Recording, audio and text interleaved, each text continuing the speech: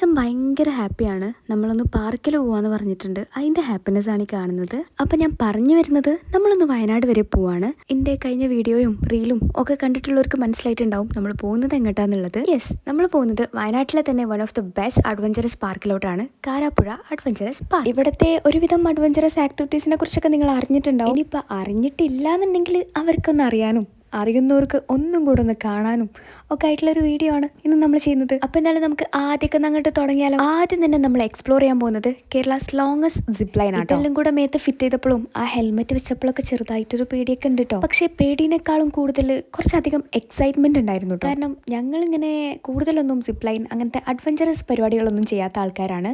Rope വേൽ എന്തെങ്ങാനോ കയറിയിട്ടുണ്ട്. അന്ന് വലിയ വിഷയമൊന്നും ഇല്ലേനു. അതിൽ കയറിയൊരു ധൈര്യത്തിലാണ് ഇന്നിപ്പോൾ ഇതിൽ കയറാൻ വേണ്ടിയിട്ട് പോകുന്നത് എന്നുള്ളതാണ് സത്യം. പിന്നെ എനിക്ക് ഭയങ്കര ഇഷ്ടമാട്ടോ ഇങ്ങനെ അഡ്വഞ്ചറസ് പരിപാടികളൊക്കെ ചെയ്യുന്നത്.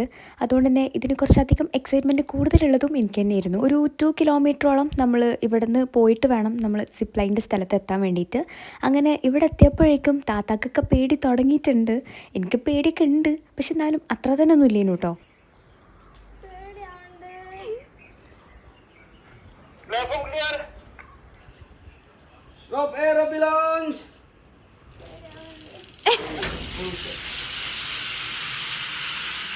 അങ്ങനെ ഏതായാലും പേടിയുള്ള ആൾക്കാരെ മുന്നിലങ്ങ് പറഞ്ഞയച്ചു. ഇനിയിപ്പോൾ ഞാൻ പേടിക്കേണ്ടത് ഒരു കാണണ്ടല്ലോ. തുടക്കത്തിൽ നല്ല പേടിയുണ്ടെങ്കിലും പക്ഷേ കുറച്ചെത്തിയപ്പോൾ ഭയങ്കര അടിപൊളി ഫീൽ ആയിരുന്നു കേട്ടോ. കാരണം ആ ഒരു കാരാപ്പുഴ ഡാമിൻ്റെ എൻറ്റയർ സ്ഥലം ഫുള്ള് നമുക്കിതിൽ കയറിയാൽ കാണാൻ പറ്റും. അതിനിപ്പോൾ ഇതിലെന്ന് മാത്രമല്ല കേട്ടോ, ഇവിടെയുള്ള ഒരുവിധം റൈഡ്സിലൊക്കെ കയറിയാലും നമുക്ക് ഇവിടുത്തെ ഫുൾ കാര്യങ്ങളും കാണാൻ പറ്റും. അങ്ങനെ ഡാമിൻ്റെ മുകളിലൂടെ നമ്മൾ പറന്നുകൊണ്ടിരിക്കുകയാണ്. പിന്നെ നമ്മളിങ്ങനെ വീഡിയോ ഒക്കെ ഷൂട്ട് ചെയ്ത് ഭയങ്കര എൻജോയ്മെൻറ്റിൽ ഇങ്ങനെ വരുന്ന കണ്ടിട്ട് സംഭവം അത്ര പേടിക്കാനൊന്നുമില്ലേലും എനിക്കിത്ര ധൈര്യമൊക്കെ ഉണ്ടോ എന്നുള്ളത് എനിക്ക് എന്നോട് തന്നെ ചോദിക്കാൻ തോന്നിട്ടോ.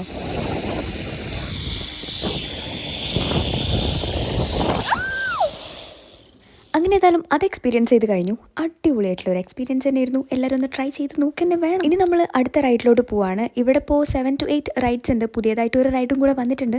അപ്പോൾ ഓൾമോസ്റ്റ് 8 റൈഡ്സ് ഉണ്ട് ഇവിടെ. അപ്പം നമുക്ക് ഓരോന്നോരോന്നായിട്ട് അങ്ങനെ എക്സ്പ്ലോർ ചെയ്യാം. ആൻഡ് സെക്കൻഡ് ടൈം നമ്മൾ എക്സ്പ്ലോർ ചെയ്യുന്നത് സ്പേസ് ടവർ ആണ്. അതിലും ഞങ്ങൾ 3 പേര് കയറിയിട്ടുണ്ട്. പുറത്തുനിന്നാണെങ്കിൽ ഐസമിന് കയറാൻ കറിയുന്നുണ്ടായിരുന്നു കേട്ടോ. ഇത്രയും മുകളിലൊക്കെ കയറിയിട്ടൊരു എക്സ്പീരിയൻസ് വേണോ എന്നുള്ളത് താത്ത 2 തവണ അവളോട് തന്നെ ചോദിച്ചിട്ടാണ് അവൾ കയറിയിട്ടുള്ളത്. എനിവേയ്സ് നമ്മൾ മുകളിലെത്തിയിട്ടുണ്ട്. മുകളിലെത്തിയപ്പോൾ നമ്മളിങ്ങനെ കറങ്ങിയിട്ട് ഈ സ്ഥലങ്ങൾ മുഴുവൻ കാണുന്നുണ്ട്. ശരിക്കും മുകളിലെത്തി കഴിഞ്ഞാൽ മുകളിലോട്ട് തന്നെ അങ്ങോട്ടും ഇങ്ങോട്ടും നോക്കിയിരിക്കുകയാണെങ്കിൽ വിഷയമല്ല. അടിയൊക്കെ അങ്ങോട്ട് നോക്കിയാൽ പകുതി ധൈര്യം അങ്ങോട്ട് പോയി പോകും. അതെന്താ അങ്ങനെ? ഫസ്റ്റ് ടൈം അങ്ങനെ ഒറ്റയടിക്ക് നിലത്തേക്കിട്ട് പേടിച്ചെങ്കിലും പിന്നീട് അങ്ങോട്ട് ഫിയർഫുൾ ഹവേഴ്സ് ആയിരുന്നു. പക്ഷേ നമ്മൾ വിട്ടുകൊടുക്കോ, അവിടുത്തെ വണ്ടർഫുൾ എക്സ്പീരിയൻസ് കഴിഞ്ഞിട്ട് നമ്മളിനി അടുത്തയിലോട്ട് പോവാണ്. ഇപ്രാവശ്യം നമ്മുടെ കൂടെ ഐസമും കൂടെ വരുന്നുണ്ട്. കാരണം ഓൻ പുറത്തിരുന്നിട്ട് ഭയങ്കര കരച്ചിലായിരുന്നു ഓനെ കയറാൻ വേണ്ടിയിട്ട്. ഓനെ കാണുന്ന പോലൊന്നുമല്ല, കടൽ മാത്രമേ പേടിയുള്ളൂ, ഇതൊന്നും ഒരു പേടിയില്ല. ഓൻ്റെ മമ്മക്കാണ് ഇതിനേക്കാളും കൂടുതൽ പേടി. And guys, it's time to explore flying chair. അതെ, പറക്കുന്ന കസേര. കാണാൻ നമ്മുടെ കുട്ടികളുടെ കസേര പോലെയൊക്കെ ഉണ്ടെങ്കിലും ഇത് നമുക്ക് ഇരുന്നുകൊണ്ട് പറക്കാൻ പറ്റുന്ന ഒരു കൈൻഡ് ഓഫ് എക്സ്പീരിയൻസ് ആയിരുന്നു. അങ്ങനെ ഐസമിൻ്റെ ആകാശയാത്ര കഴിഞ്ഞിട്ട് നമ്മൾ ഇനി കയറാൻ പോകുന്നത് south India's one and only ട്വിസ്റ്ററിലാണ്. ഇവിടുത്തെ ചുറ്റും കാഴ്ചകൾ കാണാൻ നല്ല ഭംഗിയുണ്ട്. പക്ഷെ നമ്മളിതൊക്കെ കാണുന്നത് ആകാശത്തിൻ്റെ മുകളിൽ പേടിച്ച് വരച്ചിരിക്കുമ്പോഴായിരിക്കും. അതുകൊണ്ട് റൈഡ് കഴിഞ്ഞിട്ട് ഞാൻ കുറച്ചു നേരം അതിങ്ങനെ നോക്കി നിന്നു കേട്ടോ. അപ്പോഴാണെങ്കിൽ പുറത്ത് ഐസമിന് കയറണമെന്നും പറഞ്ഞിട്ട് കരയുന്നുണ്ടായിരുന്നു. ഇതെന്തായാലും ഞാൻ വിചാരിച്ച അത്ര തന്നെ സ്പീഡൊന്നും ഇല്ലേനു. അതുകൊണ്ട് അത്ര വലിയ പേടിയൊന്നും ഇല്ലേനു കേട്ടോ. അങ്ങനെ ഏതായാലും അത് കഴിഞ്ഞ് ഇനി നമ്മൾ കയറാൻ പോകുന്നത് സൗത്ത് ഇന്ത്യസ് ബിഗ്ഗസ്റ്റ് ജയന്റ് സ്വിങ്ങിലാണ്. ഇതിന്റെ കാര്യത്തിലുള്ളത് പറയാലോ, പുറത്തുനിന്ന് നമുക്ക് കാണുമ്പോൾ തന്നെ പേടിയായി പോകും. 85 feet ഉയരത്തിലാണ് നമ്മൾ ഇനി ഊഞ്ഞാലാടാൻ പോകുന്നത്.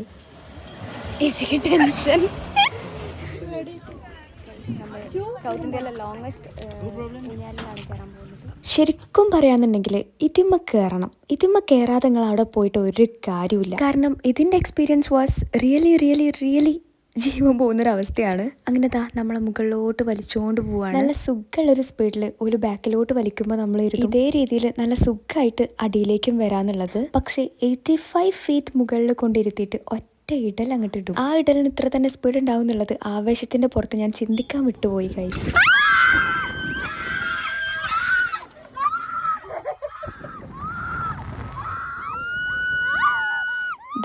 അത് കിട്ടില്ലേ, അത് തന്നെ സംഭവം, ഒന്നും പറയാനില്ല. ധൈര്യത്തിൽ ഊഞ്ഞാലാടാൻ വന്ന റനു വരെ കരഞ്ഞു പോയി ഗൈസ്.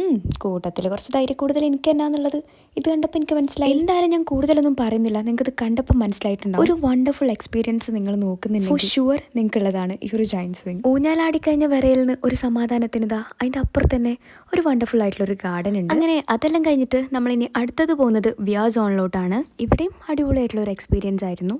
അങ്ങനെ അത് കഴിഞ്ഞിട്ട് നമ്മളിതാ കുറച്ച് പോപ്കോണും കാര്യങ്ങളൊക്കെ കഴിച്ചു. ഇനി നമുക്ക് ഫ്ലൈങ് സിനിമ കാണാൻ പോവാം.